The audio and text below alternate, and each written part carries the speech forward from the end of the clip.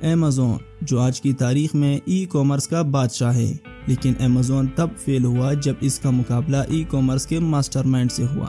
ناظرین، 8 سے 19 سال پہلے ایمیزون جویو.com کے $75 ملین ایکوزیشن کے ذریعے چائنا میں پہنچا۔ پہلے تو ایمیزون صرف ڈومیسٹک پروڈکٹ ہی بیچ رہا تھا، لیکن کچھ سالوں بعد مارکیٹ کو منہ لینے کی دوڑ میں کمپنی نے اپنی ای ریڈر اور ٹیبلٹ کی پیشکش پر ایک بڑی شرط لگائی۔ تاہم وائرلیس پروڈکٹس کے لیے 3 گورنمنٹ ایجنسیوں سے ریگولیٹری منظوری کی ضرورت تھی۔ اس بیوروکریٹک بھول بھلیا میں کئی سال ضائع ہو گئے اور ایمیزون کا مارکیٹ شیئر جو ایک بار 2011 اور 2012 کے درمیان 15% سے زیادہ بڑھ گیا تھا، 2019 کے آخر تک گر کر 1% سے بھی کم ہو گیا۔ جویو.com ایک آن لائن مارکیٹ پلیس کے طور پر کام کرتا تھا۔ اس کی ویب سائٹ پر بکس اور دیگر میڈیا آئٹم سیل ہوتی تھی۔ جویو کو 2011 میں ایمیزون چائنا کے نام سے ریبرینڈ کیا گیا۔ اس وقت چین میں ای کامرس مارکیٹ ابھی شکل اختیار کر رہی تھی۔ وہاں صرف چند کھلاڑی تھے، جن میں ای بے، علی بابا، JD، ڈنگ اور جویو شامل تھے۔ ایمیزون تیزی سے مارکیٹ لیڈر کے طور پر ابھرا، جس نے 12% مارکیٹ شیئر کا دعویٰ کیا،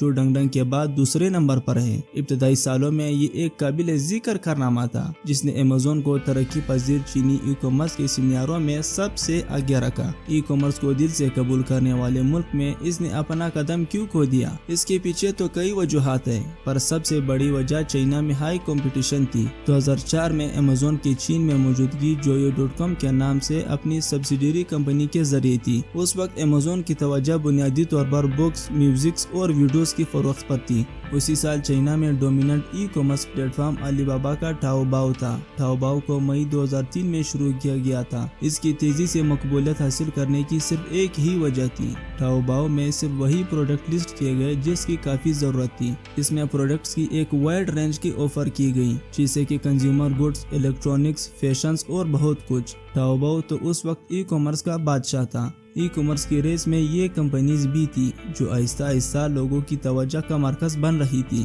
اب ایسا بھی نہیں تھا کہ ہر کوئی آن لائن ہی پروڈکٹس خرید رہا تھا۔ اکثر لوگ بازار سے یا گلی کی دکانوں سے خرید رہے تھے۔ ای کامرس بس ایک نام تھا جو کورونا وائرس کی طرح تیزی سے پھیل گیا۔ ویسے تو 2004 سے 2009 کے ٹائم میں لوگ اگر آن لائن کچھ خرید بھی رہے تھے تو وہ کمپیوٹر یا لیپ ٹاپ کا استعمال کرتے تھے، یعنی بہت کم لوگ ہی آن لائن خرید و فروخت کر رہے تھے۔ ای کامرس کا اصل گیم تو 2010 سے شروع ہوا، جب سمارٹ فون آہستہ آہستہ عام ہو چکے تھے۔ جیسے ہی ای کامرس نے توجہ حاصل کرنا شروع کی تو جیک ما نے اضافی ای کامرس پلیٹ فارم کو لانچ کیا، جسے کہ ٹیمال، جو 2008 میں لانچ ہوا، جس کے 2 ہی سال بعد علی ایکسپریس کو لانچ کیا گیا۔ ان پلیٹ فارمز کا مقصد چین میں ای کامرس انڈسٹری میں علی بابا کی پوزیشن کو مستحکم کرنا تھا۔ ایمیزون نے چائنا میں 2010 سے 2012 تک کافی نام بنا لیا تھا اور ٹاپ ای کامرس پلیٹ فارم میں شامل ہو چکا تھا، لیکن اس وقت کی نیو ٹیکنالوجی سے فائدہ نہیں اٹھا رہا تھا۔ اسمارٹ فون اس وقت کی نیو ٹیکنالوجی تھی، تو علی بابا گروپ نے سوچا کیوں نہ اسمارٹ فون میں بھی کچھ ایسی چیز ڈیولپ کی جائے کہ کنزیومر کو ہماری پروڈکٹس خریدنے میں اور آسانی ہو۔